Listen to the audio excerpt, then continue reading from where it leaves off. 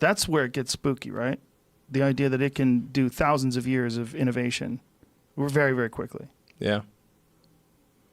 And then we'll be just ridiculous.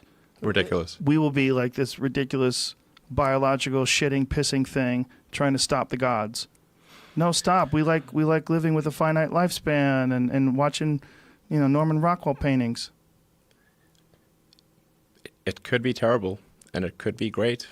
It's not clear. Right. But one thing is for sure, we will not control it. Do you think that it's likely that we will merge somehow or another with this sort of technology and it'll augment what we are now? Or do you think it will replace us? The merge scenario with AI is the one that seems like probably the best. Like for us. Yes. Like if you can't beat it, join it. That's yeah. So from a long-term existential standpoint, that's like the purpose of Neuralink, is to create a high bandwidth interface to the brain such that we can be symbiotic with AI. Because we have a bandwidth problem. You just can't communicate through your fingers. It's too slow. And where's Neuralink at right now?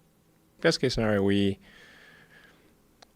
effectively merge with AI, where AI serves as a tertiary cognition layer, where we've got the limbic system, kind of the primitive brain essentially.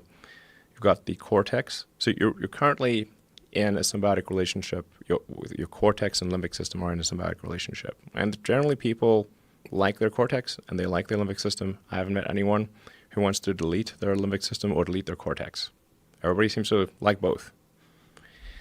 And the cortex is mostly in service to the limbic system. People may think that the thinking part of themselves is in charge, but it's mostly their limbic system that's in charge. And the cortex is trying to make the limbic system happy.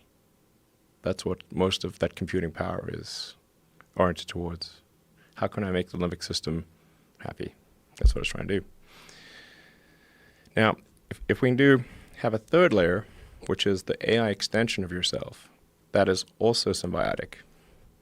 And there's enough bandwidth between the cortex and the AI extension of yourself such that the AI doesn't de facto separate, then that could be a good outcome. That could be quite a positive outcome for the future. So instead of replacing us, it will radically change our capabilities. Yes, it will enable anyone who wants to have superhuman cognition. Anyone who wants. This is not a matter of earning power, because your earning power would be vastly greater after you do it. So it's just like anyone who wants can just do it, in theory. That's the theory. And if that's the case, then, and let's say billions of people do it, then the outcome for humanity will be the sum of human will, the sum of billions of people's desire for the future. And but that billions of people with enhanced cognitive ability, radically Yes. enhanced. When you say radically improved, like what do you mean? You mean mind reading? It would be difficult to really appreciate the difference. It's kind of like, how much smarter are you with a phone or computer than without? You're vastly smarter, actually. You can answer any question. If you're connected to the internet, you can answer any question pretty much instantly, any calculation. Your phone's memory is essentially perfect. You can remember flawlessly. Your phone can remember videos, pictures, everything perfectly. Your phone is already an extension of you. You're already a cyborg. Most people don't realize they are already a cyborg. That phone is an extension of yourself. It's just that the data rate, the rate at which the communication rate between you and the cybernetic extension of yourself that is your phone and computer is slow. It's very slow.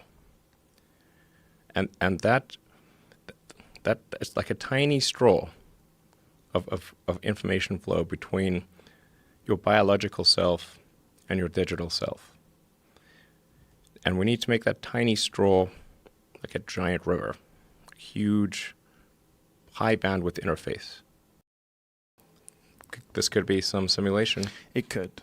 Do you entertain that? Well, the argument for the simulation, I think, is quite strong, because if you assume any improvement at all over time, any improvement, 1%, 0.1%, just extend the time frame, make it 1,000 years, 1,000,000 years. The universe is 13.8 billion years old. What would civilization, if you count it, if you're very generous, civilization is maybe 7,000 or 8,000 years old, if you count it from the first writing. This is nothing. This is nothing.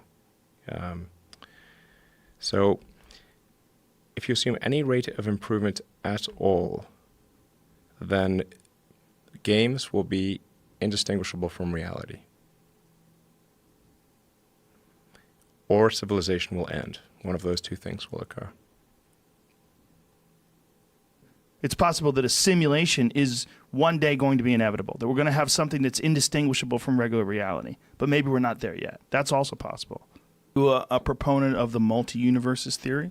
Do you believe that there are many, many universes, and that even if this one fades out, that there's other ones that are starting fresh right now, and there's an infinite number of them, and they're just constantly in this never-ending cycle of birth and death? I think most likely, this is just about probability, there are many, many simulations. These simulations are, we might as well call them reality, or you could call them multiverse. These simulations, you believe, are created? Like someone has manufactured? They're running on the substrate. So... that substrate is probably boring. Boring? Mm-hmm. How so? Well, when we create a simulation, like a game or a movie, it's a distillation of what's interesting about life. You know, like it can take a year to shoot an action movie, and then that's all distilled down into 2 or 3 hours. I think most likely, if we're a simulation, it's really boring outside the simulation. Because why would you make a simulation that's boring? You make a simulation way more interesting than base reality. You should see what the Tesla can do. That I need to know about. I mean, the Model X can do this like ballet thing to the Trans-Siberian Orchestra. It's pretty cool. Where it dances? Yes. Legitimately? Like it moves around to the Yes. having fun. Like this is like this thing when you program a car to do a ballet dance. You're having great. fun. Well, I mean, in that case, there were some engineers at Tesla that said, what if we make this car dance and play music? I was like, that sounds great. Please do it. Let's try to get it done in time for Christmas. We did. Is there a concern about someone just losing their mind and making it do that on the highway? No, it won't do that. What if it's in bumper-to-bumper traffic? Nope. No, won't do it. Nope. It's actually, it's an Easter egg. Oh, it's an Easter egg. Yeah, that's why people don't know about it, including people who have the car. Well, it's like it can do lots of things. Lots of things. Once Reddit gets a hold of it. I mean, I think a Tesla is the most fun thing you could possibly buy ever. That's what it's meant to be. Well, our goal is to make it's not exactly a car. It's actually a thing to maximize enjoyment. Make its maximum fun. Okay. Electronic, like big screen, laptop, ridiculous speed, handling, all that stuff. Yeah. Do you have? And we're going to put video games in it. You are? Yeah. Is that wise? Well, what kind of video you won't games? be able to Candy drive Crush? while you're playing the video game. But we're like, for example, we're just putting the Atari emulator, ROM emulator in it. So you'll be able to play Missile Command and Lunar Lander and a bunch of other things. Ooh. Yeah. That sounds cool. It's pretty fun. I like that. Yeah, and we improved the interface for missile command because it was too hard with the old trackball. So this is a touchscreen version of missile command. So you have a chance.